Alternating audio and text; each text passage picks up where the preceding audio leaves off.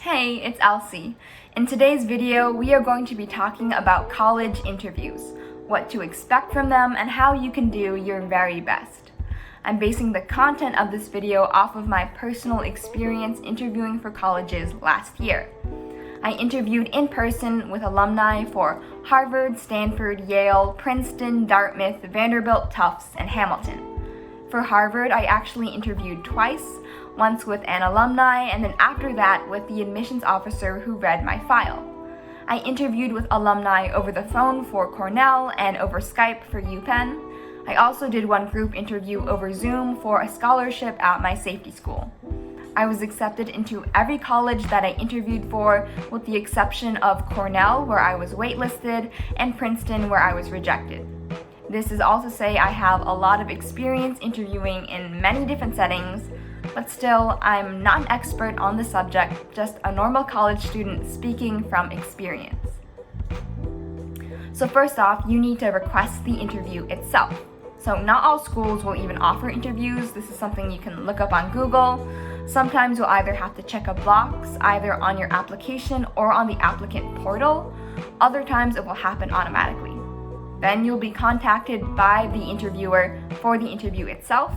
This will usually happen through email, though on one occasion the interviewer actually called me, so make sure you're checking your inbox and your phone. They'll reach out to you first and ask to set up like a time and a location if you will be interviewing in person. So in your response, make sure to give your interviewer multiple dates and times to be as accommodating to them as possible. Try to reply as soon as you hear from them. If you know a really good and relatively quiet coffee shop or cafe, that's probably the best location that you can suggest. Otherwise, somewhere like a public library is also great. The tone you're going for in your response is polite but excited. Now for the interview itself, you should dress casual but in a nice way. So you don't need like a tie or a suit jacket, but also you should avoid like a hoodie or a t-shirt or shorts.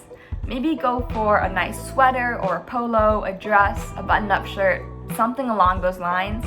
None of my interviewers dressed very formally, but I think it's better as the younger person to err on the side of being a little too formal rather than a little too casual. So if you are going to be interviewing in person, I'm assuming then you'll be watching this video post-COVID. You'll shake your hands and introduce yourself before sitting down. If it's virtual, you'll just log on, introduce yourself, maybe ask how their day's been, then the actual interview will start. The only ways that my interview started were this. 1, they either began by introducing themselves, talking a little bit about their experience at the school. 2, they asked me how I had first learned about the school or became interested in applying.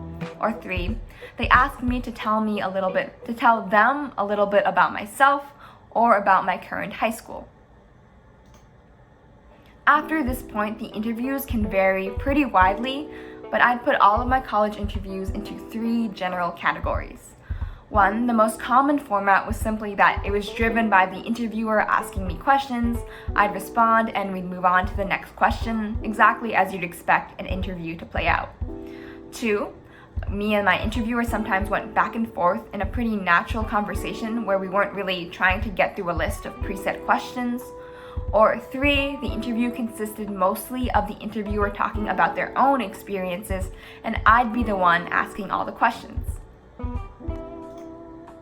So first, I'm going to talk about the most common way an interview can play out, which is exactly as you'd expect. It's just the interviewer asking you questions.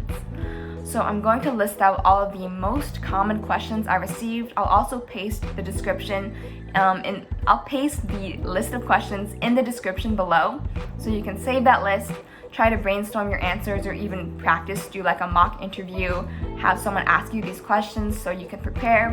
You should not be memorizing these answers or scripting anything out, otherwise it might come off as a little too stiff or unnatural, but you should have specific ideas about what values you have, what your goals in life are, what lessons you've learned, things like that. So here are all the common questions I received. Tell me about yourself / describe yourself to me. When did you first hear about our school? Why do you want to pursue your major? What activities do you do outside of school? What was the best class you've ever taken? What is your favorite book or movie? What do you like to do for fun? Who's your role model? What role do you play in your family/friend group? Describe a time when you were a leader. What are your biggest strengths and weaknesses? What is the biggest challenge you've ever faced and how did you overcome it? What are your proudest moments/biggest accomplishments? What would you change about your high school/community? What is the biggest problem in the world right now? How do you want to change the world? If you could have dinner with any person dead or alive, who would it be?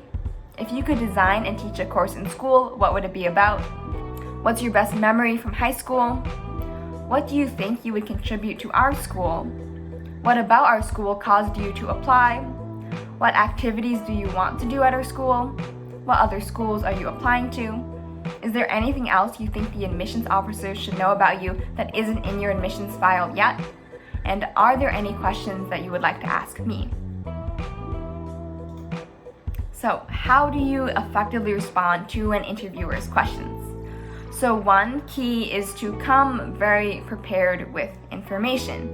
Sometimes interviewers will kind of be fishing to see if you've actually done your research into the school, so they're looking for answers where you bring up specific clubs, activities, programs, majors, maybe even classes or professors, just to show that you've genuinely done your research and are actually excited and interested in going into the school. So just going in beforehand, having done a basic Google search onto the school and what things it offers is really crucial for your interviews. You also need to come in prepared with good stories. What makes a good story is something you can tell in an entertaining way, but still has a meaningful takeaway. Often a good story will be something that you can fit in as a lot of different answers to a lot of different questions. So having just a few stories will help you across pretty much all of your interviews. For example, one story I use often was how I successfully ran for office in high school at a statewide conference. I talked first about how I learned from my failed run for student body president in the 8th grade. I had realized that even though I had put a lot of effort into making a website and posters and flyers, it meant nothing because I was too shy to actually talk to people I didn't already know. So in high school, I learned from that experience and I pushed myself way outside my comfort zone to talk to as many people as possible while running for office.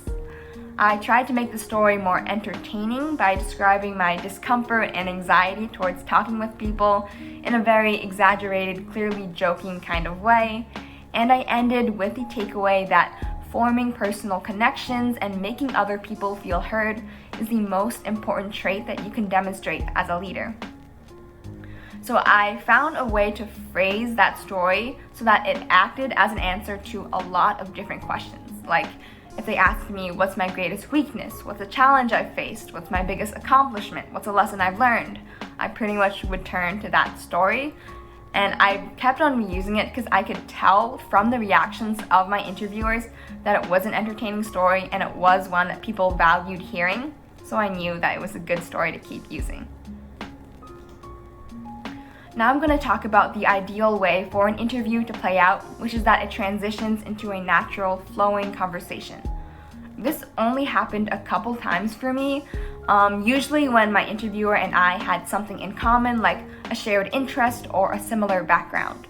For example, I tended to do really well in interviews with English majors because English had been my favorite subject in high school, so we could talk about favorite books or interesting conversations we've had around literature or philosophy, and then from there, the interview would kind of devolve into a more back and forth conversation. I don't think you need to push for this to happen. If it happens on its own, that's great, but even if your interview just plays out in the standard way, you'll still be more than fine. Also, you should be prepared to occasionally get a bad interviewer, someone who doesn't ask good questions or seems bored immediately or seems like they're preoccupied or never even asks you questions about yourself at all. In these cases, I just tried to go along with whatever my interviewers seemed like they wanted to do.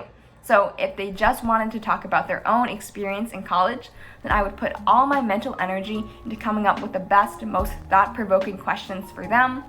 Or say the interviewer seemed really preoccupied, then I wouldn't try to drag out the interview for longer than necessary. So now here are some miscellaneous tips. Some of these are from a previous video that I will link below. So one is you should do your research on the interviewer themselves, like go on Google, check out their LinkedIn page, maybe see if there's any articles written about them. Then you can figure out like what topics you guys might have in common and what might be really good to bring up in your interview. So say you figure out from their LinkedIn page that they work in a STEM job. Then maybe you will know that you have like a really interesting STEM club or STEM related story, and you'll try to bring that up early on in the conversation to make sure that they are engaged and that they know you guys have something in common that you can talk about.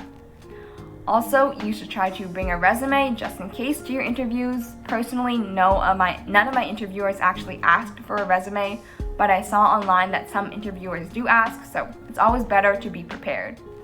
Also, you should try to schedule your interviews so that the least important ones happen first and the most important ones happen last. You won't have full control over when your interviews happen, but sometimes you'll have a lot of interviewers reaching out to you in the span of the same week, so then you have a little bit of freedom to offer them the dates that come either earlier in the week or later in the week.